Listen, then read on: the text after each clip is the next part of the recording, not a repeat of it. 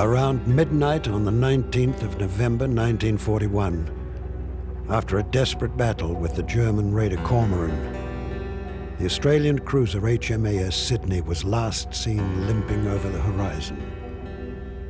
She was burning fiercely from stem to stern.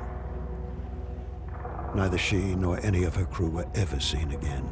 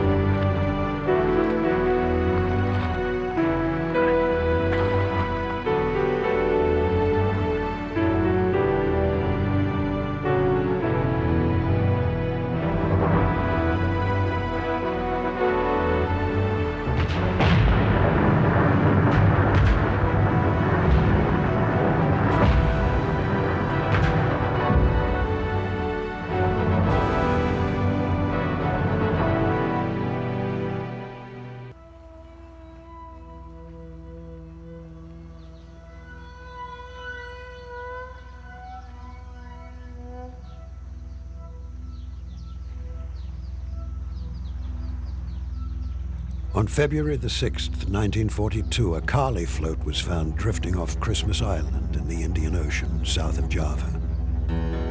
On it was a badly decomposed body that may have been the only remains ever found of the ill-fated Sydney's 645-man crew. What really happened that night so long ago remains one of the world's great unsolved maritime mysteries.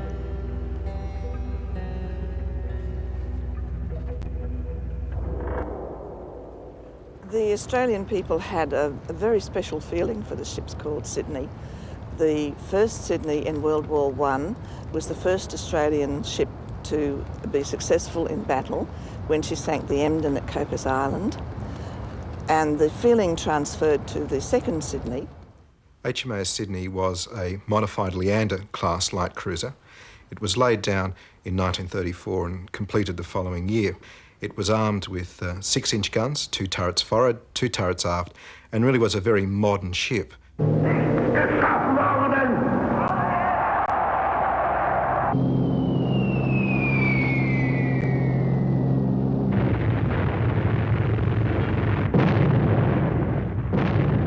As the Sydney started her service career, her destiny was being formulated by momentous events unfolding on the European continent.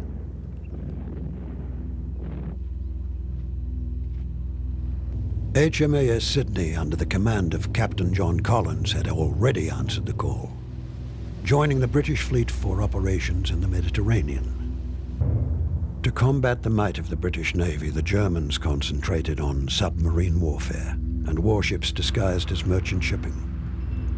Like chameleons, these ships would change their appearance at will and were commonly known as raiders.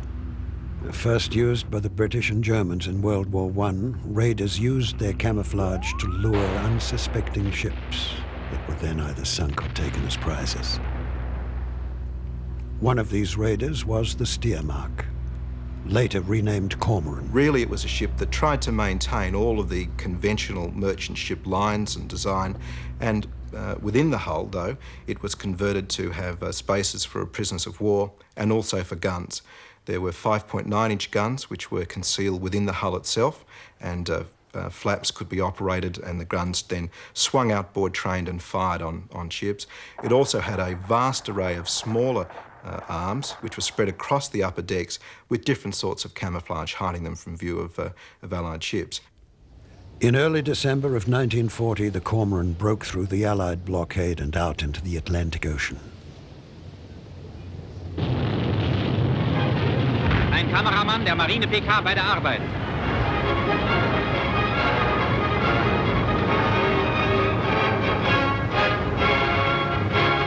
Die deutsche Flagge weht über dem Ozean. The Sydney was returning from Sunda Strait when the two ships finally met off Shark Bay late on the afternoon of November 19th. Cormoran was now disguised as the Dutch merchantman Strat Malacca. She would have recognized Sydney as the enemy immediately. On the Sydney, the Cormoran's identity was yet to be established.